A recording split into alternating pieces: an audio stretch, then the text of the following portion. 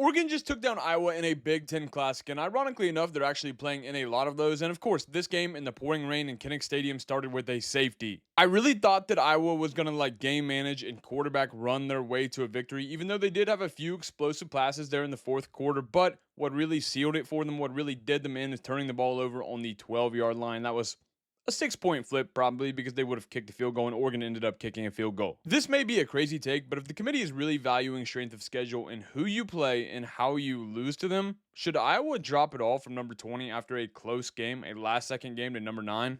A&M dominated Missouri from start to finish. It honestly even looks closer than it felt. Whenever it was 14-0 A&M, and maybe even before that, I was like, okay, this game is over. I told you guys a couple weeks back, this A&M team, they are for real. I think they're going undefeated in the regular season. I know you guys thought they were going 8-4. But they're not. Vandy wins a high-scoring overtime thriller, and the only reason it ever got there, the reason that game was so high-scoring, was because Ashton Daniels played out of his mind. I know that Vandy won the game, but I want to take a second to focus on Auburn and say, who would have guessed it? If you get the ball to your best players over and over and over again, if you just spam Cam Coleman, Eric Singleton, good things happen. As for Vandy, gritty performance as usual. They're always going to find a way to get it done. That's just who they are. Once it got to overtime, I knew it was wraps. Speaking of Coleman's, Washington loses Jonah Coleman early in this game against Wisconsin. It was a devastating blow to that offense. Denzel Boston was banged up. He was in and out as well, and they could not get it going. As for Wisconsin, what a statement by those guys to come out and to say, we aren't giving up on Luke Fickell. He's coming back for another year. And then you come out and beat number 23 Washington. Insane. If I've said this once, I've said it 1,000 times. Duke is the worst good team I've ever seen. In fact, I'm starting to think they're just the best terrible team I've ever seen. All of a sudden, you find yourself in these ACC title conversations, and